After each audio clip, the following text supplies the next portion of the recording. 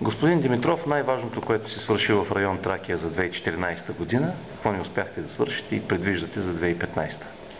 2014 беше годината, в която работихме най-много, може би най-много довършихме в парковата и годината, в която парк реално почна да става известен не само за тракийци, и за хората на град Пловдив, и от центъра, и от другите райони. 2014 годината, в която работих действително в микрорайон А11 и правейки всяка година по един микрорайон, трета година вече, микрорайон А11 има най-завършен вид. В смисъл, че тротуарите са изпълнени както сме искали, улиците са изпълнени така, че да няма оплакване от гражданите. Наистина придоби един европейски вид самия микрорайон, а и малкото, което направихме пред площада на църквата Преображение Господне и инфраструктурните промени, превърнаха и това място в много добро място, много добро място, където се събират хората от Тракия, хората, които са християни.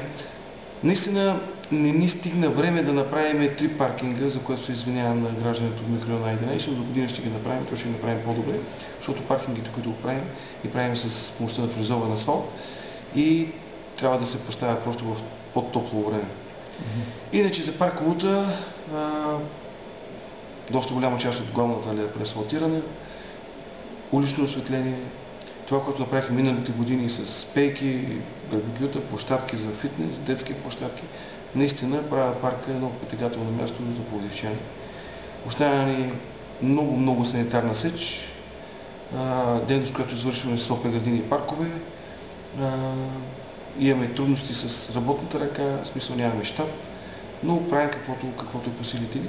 Но по сметка на това, с градини и паркове успяхме да залесим много от район Тракия и сметнахме, че до края на годината и до началото на следващата, т.е. този залесителен сезон от пролетта миналата до тази пролет, 1150 дървета ще бъдат засадени в район Тракия, което е наистина една мащабна акция, имайки предвид, че 700 са само продължение на парковата, отделно имаме дарители, които успяваме с тях да направим добри залесителни акции.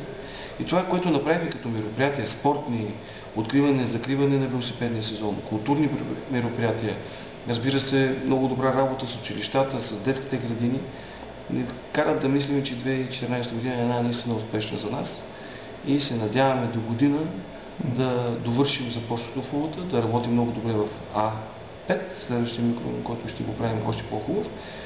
И се надявам наистина да имаме един добър завършек на мандата.